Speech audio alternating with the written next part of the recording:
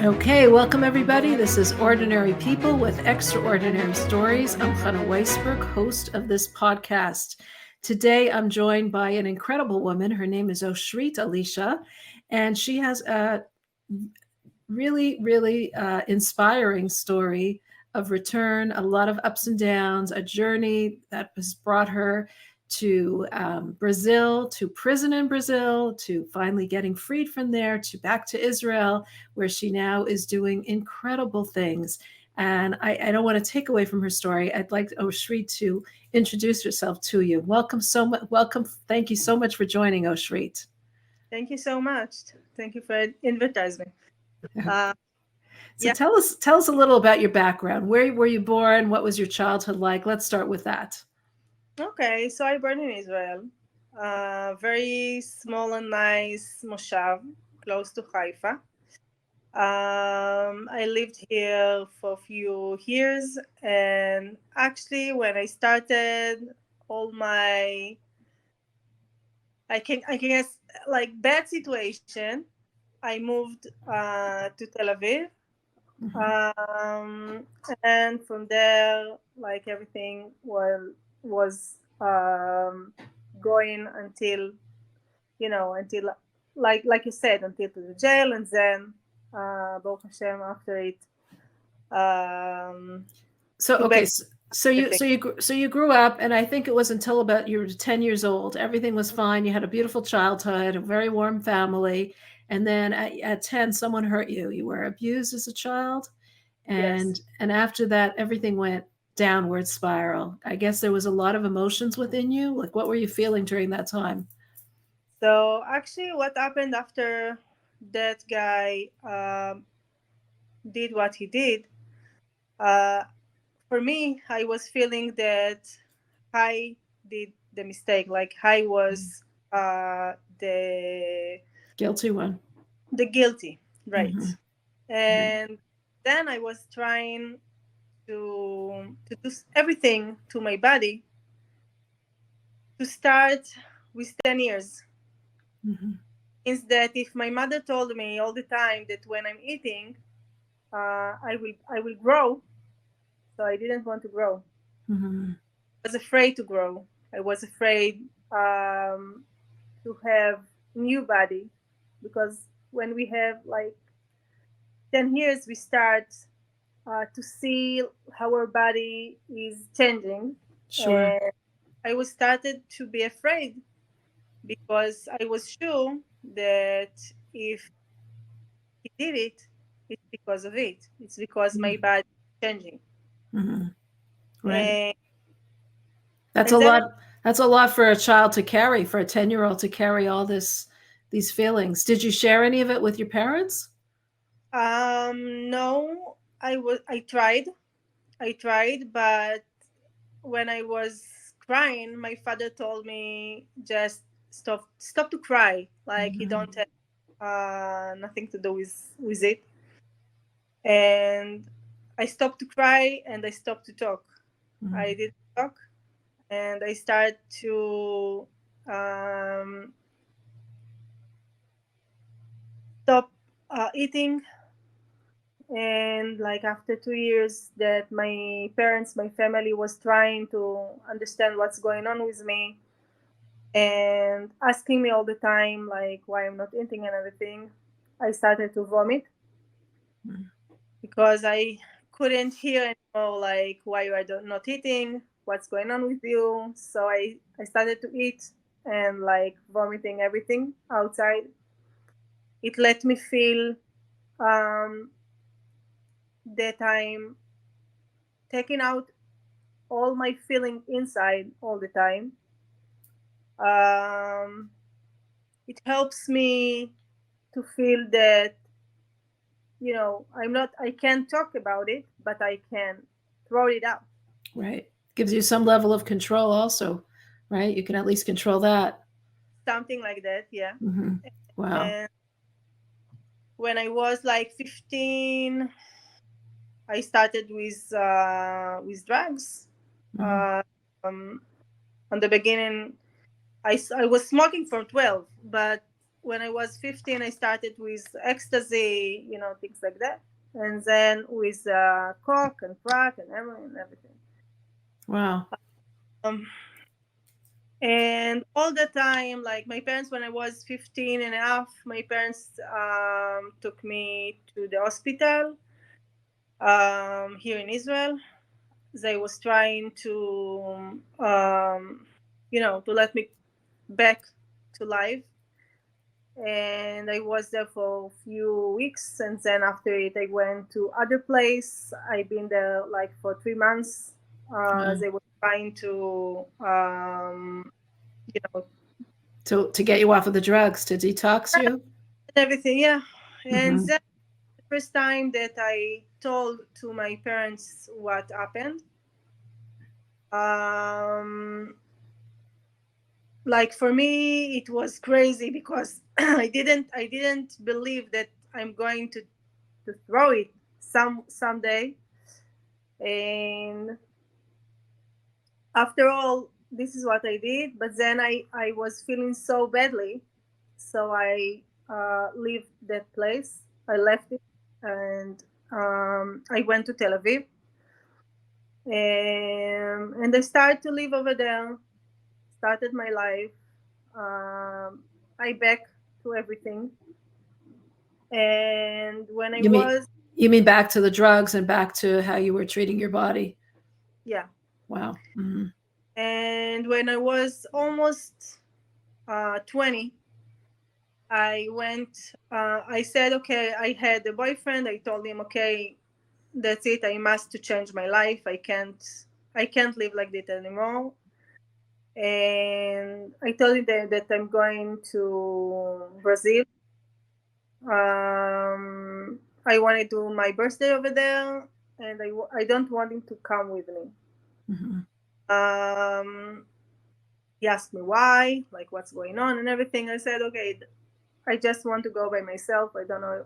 I don't want nothing to handle me over here, Hmm. to hand me. And I went to Brazil. I did on my birthday. I was traveling over there for 3 months, and of course, still do everything I did before. I didn't finish with it. Hmm. And when I went to Sao Paulo to see some friends, and one day I saw someone Israeli, um, and we was talking about things and everything. Was taking drugs together, and then he wanted to be with me, and I said no. I have a boyfriend. I can't. Like I don't want to do something with you. But then he said, okay, I hear that you have a birthday. What do you want for birthday? Like, so I said, okay, you know what? I want to do new tattoo. And he said, okay, so let's go. I will do it for you. Like, I will pay for you. And I went, I did a tattoo. And then, like, we was talking about that I'm leaving Brazil. I'm going back to Israel, like, in a few days. And I had I had like 600 grams of cocaine, and I told him that I want to bring it to Israel. Um, and then he said, you know what, I can help you with it. I know what to do. And I gave him my packet, and that's it. Like he told me where he's going to do it and like how it's going to be. Like everything for me was okay. What? How he'll put it in your suitcase? You mean how he'll fix In my it in your suitcase? Right. Yeah. But then what happened that when I went to the checkout, um, two policemen came and told me that they want to see my package. And when I gave it to them, they opened everything. Also, they asked me about my new tattoo. Like they wanted to see if I have any tattoo in my leg, and they saw it. And then I did on one, and I said, okay, I know the only one that knew that tattoo is him. And then, like, also the policeman told me that someone called them and told them that I have Mm. drugs on the package and everything. And he put 3 kilo more Mhm. uh, on my package. And of course, they they took me to the jail. They arrested you. Wow.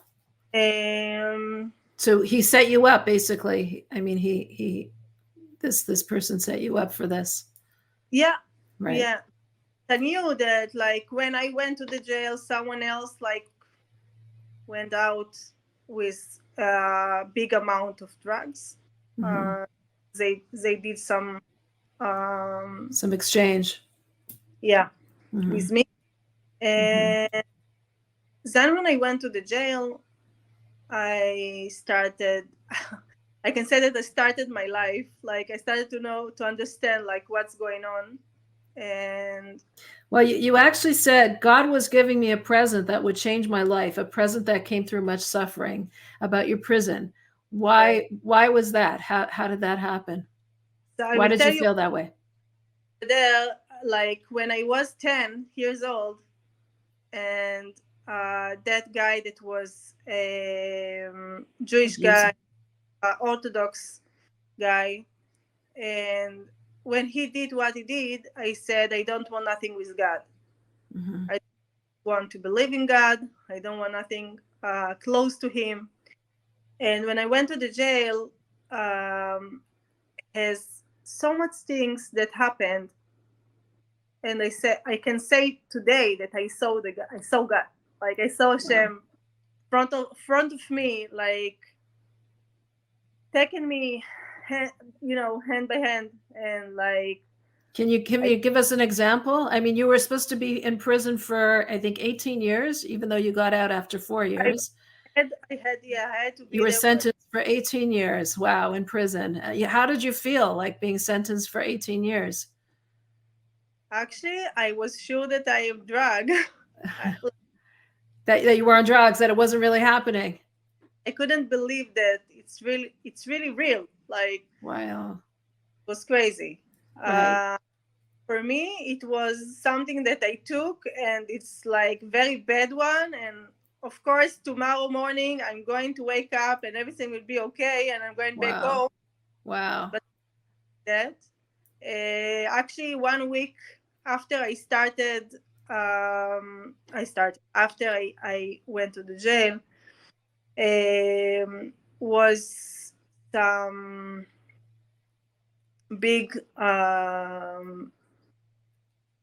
can I say it, merit. I don't know what to say. How can I say it? Rebellion? A rebellion? An uprising?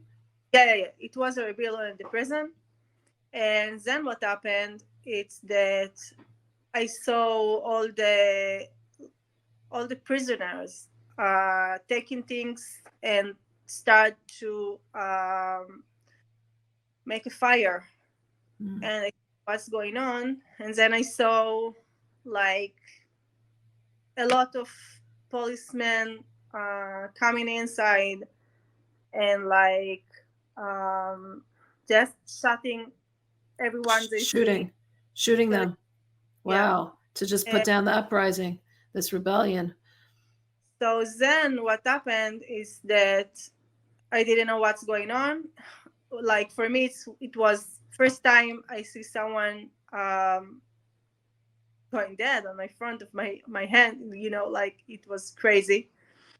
And I saw, like, all that big, like, situation, and I knew, like, for myself, that that's it, like, I'm going to die. Hmm. And some of the prisoner over there just came to me and told me, let's go to down to the bed to the bed. And when I went, like, I didn't I didn't really know what's going on. I went there, and, like, actually what happened is that I remembered that when I was 3 years old, my mother was sitting in front of me when I was tired and like on my own bed. And every night she was telling with me Shema Israel. Mm. And then I started to remember, everything, how I was when I was child, and like how the life it's good, and like um and that I'm Jew. And I Wow. say, if I'm going to die, so I know like a lot of stories from the Holocaust that people, like was dying, and before of it they was saying Shema Israel, and they said, okay, if I'm a Jew, so I'm going to say Shema Israel to just to go like a Jew. So then what happened is I started to say Shema Israel, and then also my mother, before I left to Brazil, she gave me some paper with three prakim, like articles of Tehillim, Three and chapters. Hmm. yeah, 2 chapters. And when I went to the jail, like I saw that they throw everything, and was on the up on the garbage. So I took it. I remembered my mother, so I took it and put it on my jeans. And then I remembered that I have it also, so I took it and I started to read it. And I was crying, and like for sure I was feeling that that's it, like I'm going to die. And I had some moment over there that I felt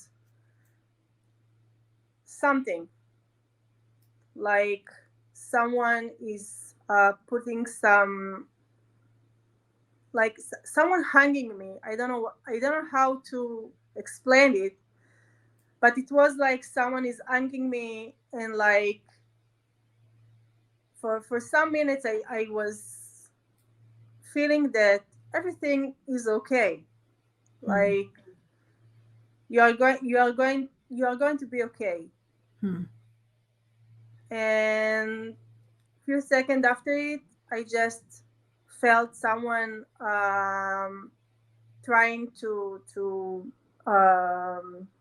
grow my leg.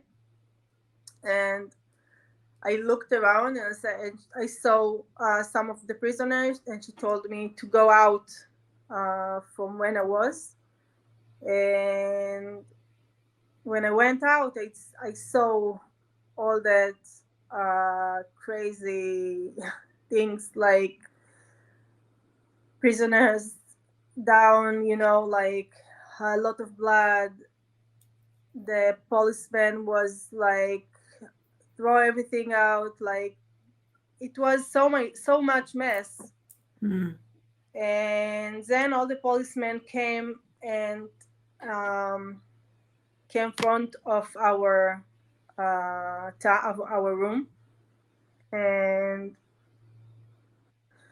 like what I saw, what I did, like I saw the prisoners like do, like put up the hands. I did the same, like everything I saw I did the same. And then like one of the policemen looked at me and started to ask me some things in Portuguese. And I said I don't understand, like in Hebrew. And some of the prisoners told him that I'm Israeli. And he started to ask me if I know English. I said no, I don't know English. If I know any other language, I said no, I know only Hebrew. And then someone told something, and everyone was left, and I didn't know what's going on, and they left. The police Like left. all the policemen, yeah, they left the place. And then all the prisoners came to me and said, "You are a daughter of Hashem." Mm. And I said, "I don't know what's going on, and I don't know why you are telling it, but I'm nothing. Like I'm the same like you. Like why you are saying it?" So they said, that just because of you, they left. I said, Mm. "It's why? What do you mean?" So one of them told me that she's over there like for 11 years and never they saw something like that the police like going everywhere and come to some room and doesn't even go inside. Mm-hmm. And after it, I knew that like some of the girls over there told me that that room that I was, that cell that I was from the mafia. Mm-hmm. So inside was all the phones, all the drugs, like everything was over Everything there. that was illegal. So that's why the police had come because of that. Wow. Yeah, And they felt that you saved them because of the way that you because didn't I am a Jew. because That's you're a it. Jew. Only Wow. because I am a Jew, Wow. and I So didn't understand like why is that. right. When I was taking drugs over there, they was asking me like how women of God can take drugs. Like how can you do that? Mm-hmm. And then you know when they told me this on the beginning, I didn't really understand like what's going on. But after it, like after a few weeks and months, as I understand that what I did with that guy that did with me the things when I was 10 years old, and he was like Orthodox. Um, so I said, okay, so they look at me the same, like I Mm-hmm. look at him. Mm-hmm. And it was crazy to understand like what I did like all that years. Like I didn't want to believe in God and everything, and now they are showing me that That uh, you can't run away from who you are, right? right, yeah. So when you were in prison after the prisoners were telling you that you're a child of God, did that make you feel that you wanted more of a connection with God? Did that open up your communication with God? Not at the beginning, Mm-hmm. but like when I was when I went to the jail, it was on Tanit Esther, and like months after it was Pesach. Mm-hmm. And then I said, like on Erev Pesach, it was a week before Pesach. Okay, a week before Pesach, my lawyer came and told me that Pesach is coming, and he gave me Siddur and Teilim. And I told him why I need it. He said, "You know what? Maybe just to talk with someone." Mm-hmm. And I said, "Okay." And actually, I couldn't talk with anyone because nobody was talking English. Like I had only one girl that was talking a little bit of English. I didn't know not Spanish and not Portuguese, so for me, You couldn't speak to anybody. Wow. I couldn't speak.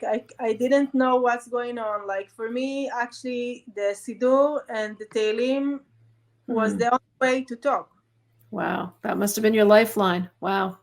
So then I started to read every Right. day, like everything, all Wow. day reading Tehillim and from the Siddur. Right. And then, like when it was Erev Pesach, um, I started to do Ma'ariv, and The evening service. Mm-hmm. yeah, and then like when it was like Tfilat Shmona Esrei, The I started. Amidah prayer. Mm-hmm. Yeah, so then I started to remember, all the times that I went with my family and did with them, you know, the Chag, the holiday and everything. And they said, okay, now I'm here and I Right. really want to do the Chag. I really want to do that holiday, and I don't have how to do that holiday. And they said, you know what? If you're really here, if you really עם השם באמת, like if you're If really here, if God is really here with me, then show yourself, right? so show me. I Mm-hmm. want I want to do Pesach, okay? Mm-hmm. So show me how can you give me everything for Pesach? Because if you want me not to eat chametz in Pesach, so show Help me me. show me who Right. you are, yeah, and if you are. Right. And right when I finished to davening, someone called my name, and some of the girls on my cell told them that I'm there, and some of the policemen came and give some package. When I opened the package, I saw matzot, Wow. and Who was it on that from? I You don't really don't. know. Wow. And Wow. on that I guess it second, was from God. I guess God heard you. Right? so from that second, I said, you know what? If until now I didn't believe on you, now I can't say that you are not kayam, that you are not over here. Wow. And I started to cry and I started to laugh, and I was sure that I'm getting crazy, like. Right. Um, and then I said, okay, that's it. Now I know you are here, but now tell me like why I'm here. Okay, Mm-hmm. now I understand. Okay, you want me to to see you, okay, but why I should be here? Why should you be here in prison? Mm-hmm. And when, like, after it, I started to understand that if I'm over there, I have things to do, Mm-hmm. and I can't just like be there. And I was trying like every day to stop vomiting. It was very, very hard for me. Mm-hmm. Um, After 7 months that I was there, it was my day to started to clean the cell. And at the morning, I went to take the the breads, Mm-hmm. breads for all the cell, for all the girls over there, and all of them were sleeping. And for me, it was very good crisis. So I hit everything, and of course, I throw it out. Mm-hmm. I vomiting everything, Right. and they woke up and they asked me like, where is the food? I said, I don't know, we didn't get it, I didn't Mm-hmm. know where to get it, something like that. And then some of them came, she was pregnant, and she told me, maybe do you have something to give me to eat?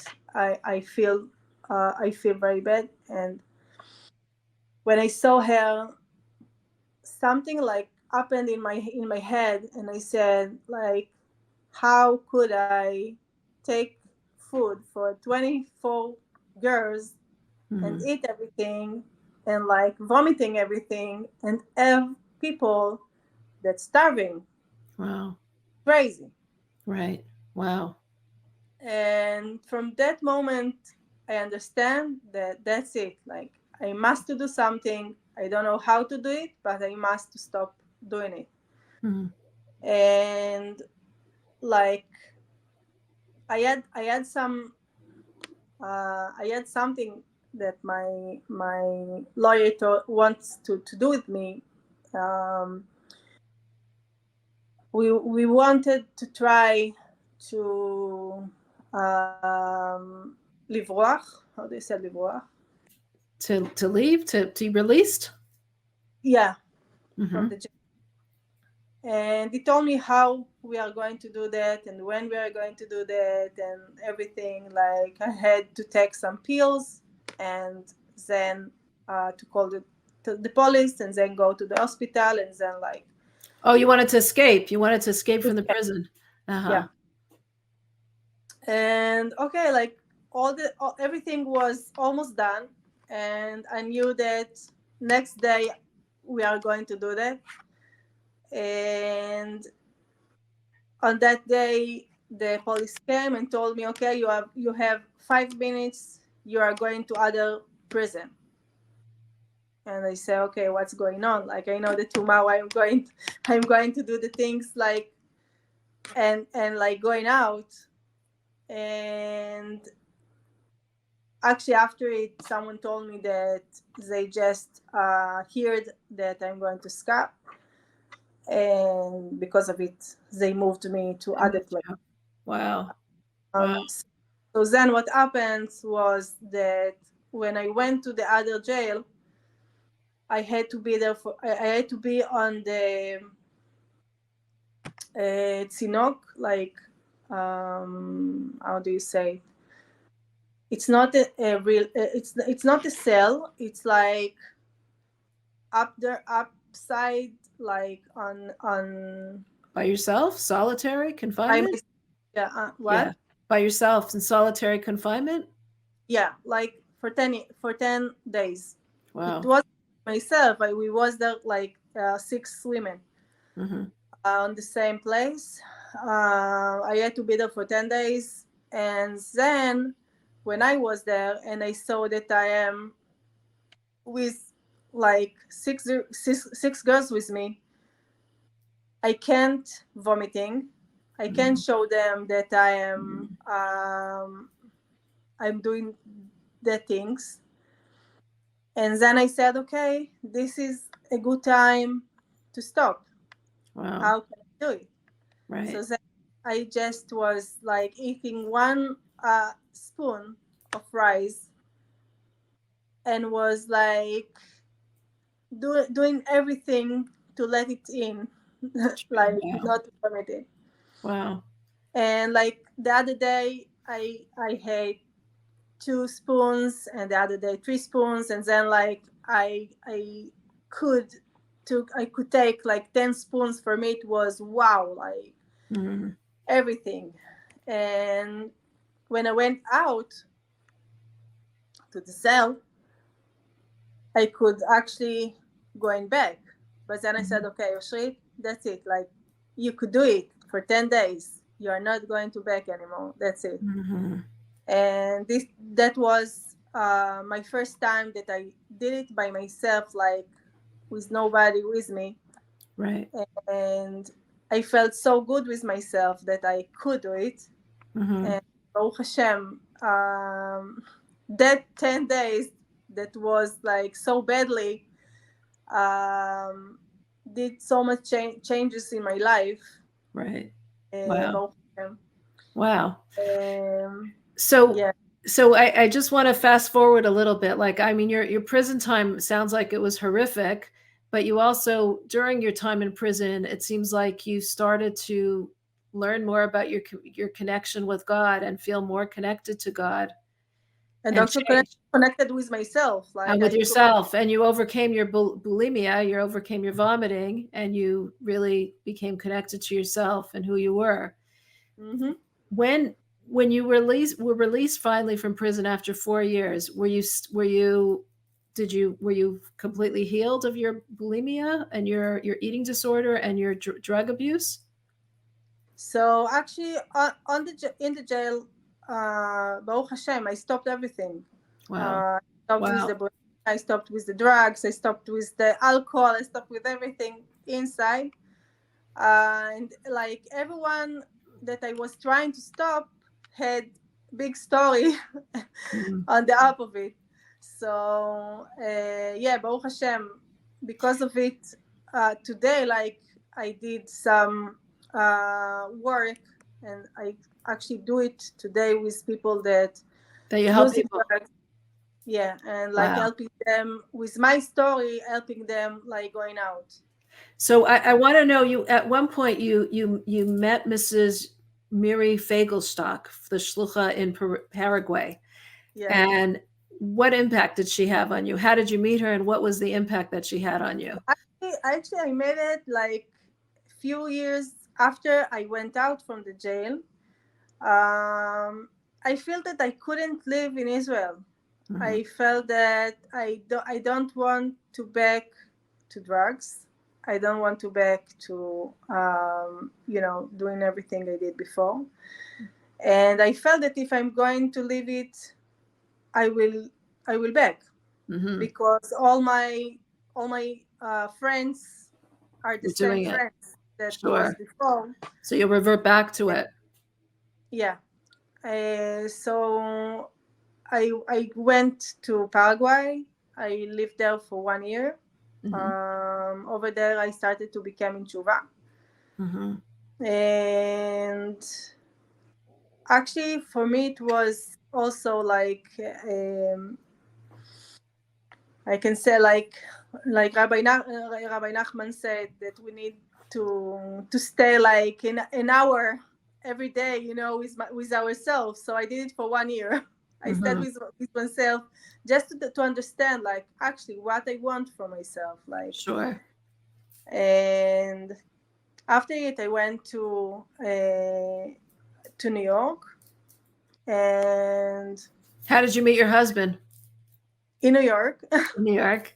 And yeah, he was, you were studying there in New York. You were learning more Torah. You were I was, studying, yeah. I went to Midrasha in New York, and and actually, he was also studying in New York at the time. I, yeah, yeah. Also, I continued. Yeah. Like for me, you can't do something if you don't know it. So Right. for So me, you were this studying to learn more about yourself, about your connection to God, about Torah, about Judaism, about everything. Yeah. about everything. And it was there that you met your husband Yaniv, and you married. So And we met, yeah, in Monsi, Baruch Hashem. oh, Muncie. Oh, We stayed there. Yeah, we stayed there for 11 years, wow. and we back to Israel Now you're and back. So tell us a made, little about made your a life. new life. What is your What? life like now in Israel? So right now, Baruch Hashem, like I have my own clinic. I work with people that also have same things that I did.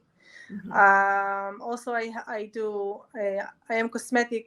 Um, so I do also cosmetic things. Hmm. Um, Here, actually, for me, it's like we always can say that we can miss something. Okay, like over there we had community. He has the yeshiva and everything. Over here, it's more families. Like you don't have so much community that you can stay, but Baruch Hashem, I can say that Hashem wants me to be here on the time that the Israeli people needs me. Right. Wow. And actually, when what happens like 4 months ago on the Re'im, on the Mesiba over there, on the Right. party over there. On October So 7th. Hmm. actually, I all the time was asking Hashem, like, okay, I understand that you let me be in the jail for living all my old life and start new life. All of it I understand, but why you let me see so much bad things like in my front of my eyes, like people dying, like Hmm. so much horrible things. Why? Like why should I see the things? And when the things was happening over here like 4 months ago, and I saw so much people over there that was in drugs, and they saw everything, and they went to the party and like saw people dying like on the front of their eyes. and no one could do nothing with it. Like not even the psychologues over here or psychiatrica over here. They didn't really understand like how Deal can with they do something. all the And a lot, trauma that people saw. yeah, and a lot of them was asking like, who can understand me? Mhm. And then I said, me. Like Mhm. I really I can understand all of you because I saw things like that. You saw that in your And past. Wow. so yeah, so Baruch Hashem, so I see a lot of them and I give them a lot of force and like telling them that Baruch Hashem, like you will have a very nice life and give them a lot of hope. Mhm. With I understand you also give them Shabbat kits to help them keep Shabbat. right, yes. So Yeah, what? both of Why? How them. did that happen? Like you're finding that people want to keep Shabbat? Yeah, so what happened was that on Shabbat Bereshit, right after what happens over there, my friend, I saw some post of my friend in Facebook telling that she was started to keep Shabbat and she didn't know what to do, so she was hitting the food on the microgram. Mhm. And I said, okay, wow, amazing that she did it. And I wrote there that I want to give her A hot a, plate, a heart plate and meicham. hot And water, then, a hot water and urn, yes, and then my which we're other, allowed to use. So we're not allowed to use a microwave on Shabbat, but we are allowed to use a hot plate that has been right, put in from before Shabbat, as well as an urn that's been plugged in. So you wanted right, to give them this so that they can make Shabbat properly. yeah. Wow. And then my other friend told me that she also started. I said, okay, for one person I can give, but I can't give to anyone that is going to start keeping Shabbat. Right. But then what happened that I made a post, and then a friend of mine told me that have someone that can give it, and she know him and everything. And they said, okay, you know what? Talk with him, and let me know. Like if he's going to say yes, I will make a post. Maybe we can help someone. So to donate these packets of Right. Shabbat kits, right? Yeah. So then what happens was that she said that she know him, and he said that he can help. So I made a post, and then like I started to get so much messages f- from people that wants to start Shabbat. Wow. But then what happened is when I went to that guy, he told me, no, no, no, no, no, I can't do it with you. You are not or organized, like you An not you don't. organization, right? So I said, okay, what I'm going to do now? Like I have more than 100 people that want to keep Shabbat, and I More than told 100 them, people. 100 people, you said? it started with 117 people Wow. that wanted, and then I said to Hashem, okay, you know what, this is your your child, not mine, you're going to help me with it. And then I just like me and some friend of mine, that I told her what happened. She said, you know what, I'm going to give you some money to start, and I also put some money on it. And we just like, that's it, we went we went to the water and like started that big program.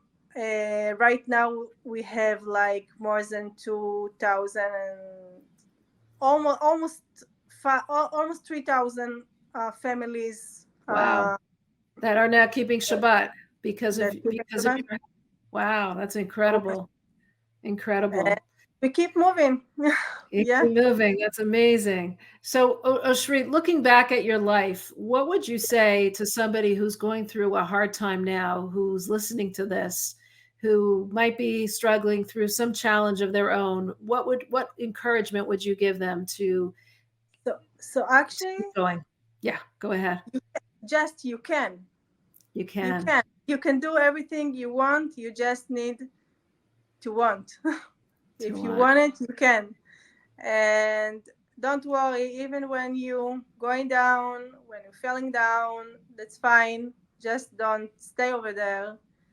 Like, come Keep back, like, keep take going. your video. Yeah, keep going. Wow. And Bezrat Hashem, do it with Hashem. Like, he will help you with everything, for sure. Like, you just need to ask him, and he will be there. Uh, And what one last question. What keeps your faith? Like why you seem to have a very strong connection to God. What what makes you have this strong connection? Like at one point you had no connection. You felt like it was everything wrong. What changed that you now feel such a strong connection to God?